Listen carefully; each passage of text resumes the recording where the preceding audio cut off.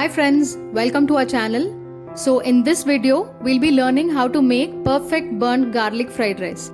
As always, I've mentioned the list of ingredients in the description box for your convenience. Do take a look at it when needed. So first, I've taken 1 cup of basmati rice and I have boiled it.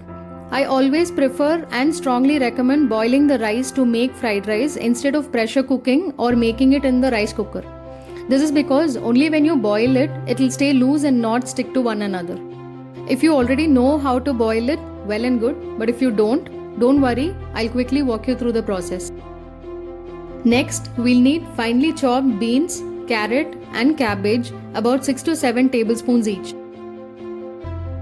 And then we'll need about 15 pods of garlic, of which 10 should be finely chopped and 5 should be thinly sliced as shown here. Take about 7 to 8 bulbs of spring onions, finely chop the onions and the leaves.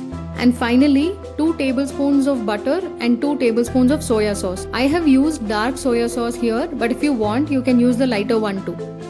Now let me quickly show you how to boil the rice. Take a rice pot like this if at all you have one, or if you don't, no worries, you can take any thick bottom vessel that is broad and deep. Fill more than half the vessel with water. Make sure you do not fill it up to the brim because if you do, it will overflow while boiling. Once the water starts boiling like this, add in the nicely washed basmati rice to it. You don't have to soak the rice before boiling it. And then add in a tablespoon of salt to it and give it a nice mix. It is important to add the required amount of salt to the rice at this stage because if you add it later while making the fried rice, it won't get mixed evenly. Now let it boil for about 7 to 8 minutes on medium flame. It's been about 8 minutes now and the rice is ready. If you're not sure whether it is done, you can eat a little bit of rice to see if it is boiled enough. Strain the rice using a big colander like this.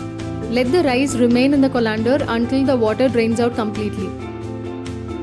After that, you can transfer it to a big plate or a basin like this and let it cool down under the fan. If you are not in a hurry, after the rice cools down completely, you can refrigerate it for about 2 hours before making the fried rice. That will help stiffen the rice a bit. I usually refrigerate the rice overnight and that will give even better results. If time permits, you too can do that. And once you take the rice out of the refrigerator, remember to wait until it comes down to the room temperature before making the fried rice.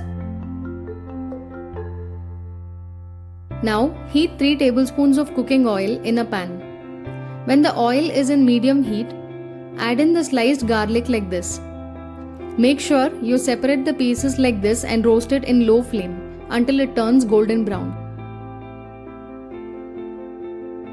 Keep sauteing it continuously so it doesn't get burnt. Remember, garlic will taste bitter if it gets burnt, so be extra careful and do not turn up the flame.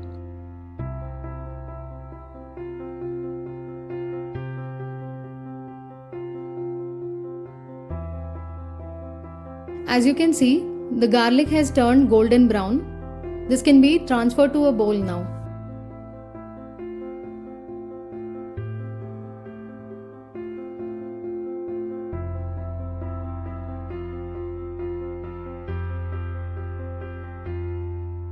Next, in the same oil, we will have to roast the finely chopped garlic as well until it turns golden brown. Usually, while making burnt garlic fried rice, people will add in vegetables along with the garlic and cook it further. But in my recipe, we have a tiny little twist. So according to my recipe, we will keep this aside once it is roasted. We won't be adding in the vegetables to it now. I'll let you guys know what to do with it shortly. Just a reminder guys, roast the garlic on low flame. Do not turn up the flame. It has been about 5 minutes and the garlic has turned golden brown. We can now transfer this into a small bowl. And then strain the remaining oil in the pan using a strainer. So basically what we are doing here is, we have made garlic oil. Since we have roasted lots and lots of garlic in this oil for about 20 to 25 minutes on low flame, the oil must have taken in all the garlic flavor nicely. So if we make the fried rice with this oil now, you'll be able to make a perfect restaurant style burnt garlic fried rice. In the same pan, add in the garlic oil along with 2 tablespoons of butter and heat it. So all this while we've been sauteing garlic on low flame, but from now on we will have to cook only in high flame. Otherwise the vegetables won't be as crunchy as it should be.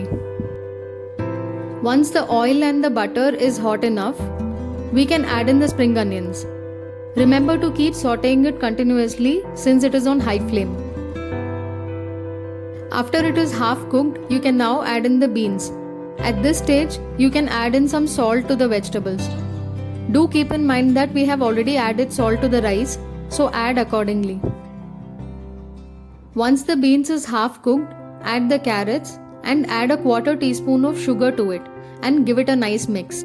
If at all you are wondering why I am adding sugar to it, well, while cooking, if you add sugar to bright colored vegetables like beans and carrot, it will help in retaining its color. So whenever you are cooking bright colored vegetables, you can always add in a pinch of sugar to it to prevent the color from fading. And that's what I always do.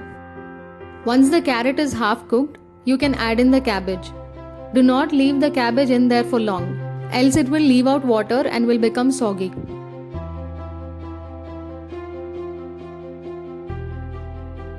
Saute it for about 30 seconds and then add the soya sauce. And saute it for another 30 seconds.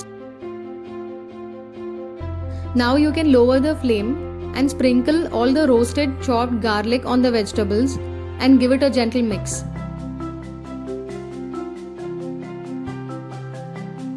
While it is still on low flame, add the basmati rice to it batch by batch as shown here.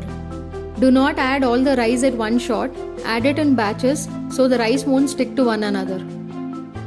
Now using a couple of forks, gently mix the rice. Do not use a ladle to mix it because you might end up breaking the rice, and we don't want to break the rice because it won't look good then. Once you have given it a nice mix and the rice is hot enough, turn off the flame immediately. Don't leave it in there for long.